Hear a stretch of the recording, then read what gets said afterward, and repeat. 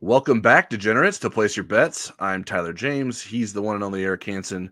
We cover Notre Dame football, recruiting, and more for InsideNDSports.com on the Rivals Network. And we like to make prop bets and predictions about Notre Dame football, especially when it's in the college football playoff. Our season-long competition on the Insider Lounge rewards the first-place subscriber with a free 12-month extension of their subscription, and second place gets 6 free months. There's a thread to submit your picks listed in the video description below. A lot has certainly transpired since our last Place Your Bets video, Eric. We've had the results from the USC game come through and the results from our regular season prop bets. We had two folks get all 5 right from the USC game, ND Rocket 21 and Jeff R&R. So shout out to those guys. And then our highest mark for the 10 prop bets we had for the season-long props for the regular season, we had 2 people get 8, and that was TP Irish and TCND 543. So a tip of the cap to those folks as well. Surprise! Like, I couldn't believe how close some of the season-long prop bets ended up being. I set Jadarian Price's rushing line at 650.5, and he finished with 651 yards. Wow. And we were within a half unit on some smaller ones, but Howard Cross's sacks and Xavier Watts' interceptions, those were a half. The line was within a half of both of those.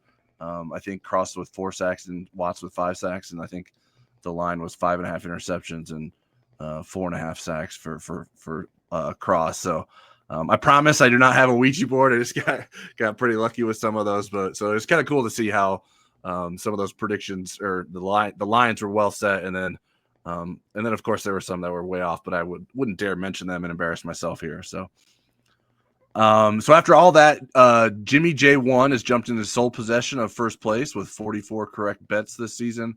And there are 4 subscribers tied behind Jimmy for second with 42. Eric, the two of us are tied a couple spots down with 40. What's going to be your college football playoff strategy? Beat you. We can't seem to shake each other. We seem to be neck and neck all season long. So we'll see if that's in the cards. We'll keep these prop bets rolling as long as Notre Dame season goes. So let's discuss what's on tap. I'm wearing a special betting jersey today. Under Armour sent you a special betting jersey. Exactly. Well, I'm wearing my black sweatshirt to troll everyone. So let's discuss what's on tap for Notre Dame's home game against Indiana on Friday night. And the first one I have for us, Eric, is which team will score first? I think it will be Indiana. I think Notre Dame has given up some early points, and I think Indiana will have a good strategy. I'm not saying it'll be a touchdown, but I think Indiana will score first. Yeah, well, we're not separating from each other with this one. I'm on Indiana as well. I mean, it very well could just come down to who wins the coin toss and decides who gets the ball first. But like you mentioned, I just think we've seen opponents have early success against Notre Dame's defense too many times this season. So I wouldn't be surprised if Indiana scores first. So that's why I'm going with the Hoosiers here. All right, next one. Over under 197.5 passing yards for Indiana quarterback Kurtis Rourke. He's only been under that a couple times. That their opener against one of the Florida airport schools, international, I think. One's an airport and one's an airline. I never heard him referred to that before. That's pretty funny. And then Ohio State University held him under 100. I think Indiana's going to be playing behind some, and I also think it's what they do better. So I'm going to go over. All right, I'm going to go under. He's averaging 257 yards per game. There's 2 worst games were against Ohio State and Michigan. I think he had fewer passing yards against Nebraska, but he was very efficient in that game. So I wouldn't call that a worse performance. Michigan, he had 206 yards. They were up 56-7. I think they pulled him. Yeah. Ohio State, he had 68. I don't expect it. Like, I do think Notre Dame will take a lead, but I don't think it's going to be lopsided to the point where he's padding his stats by any means. So I'm going to go under.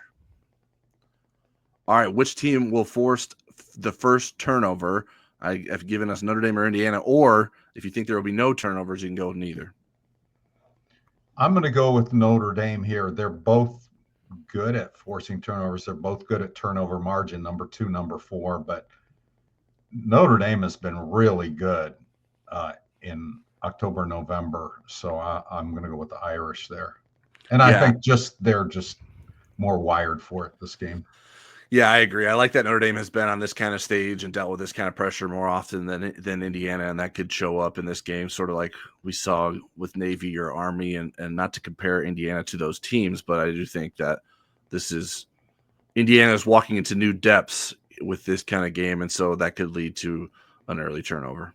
And maybe Eric Goins will have an unintentional knuckleball on the kickoff. Yeah.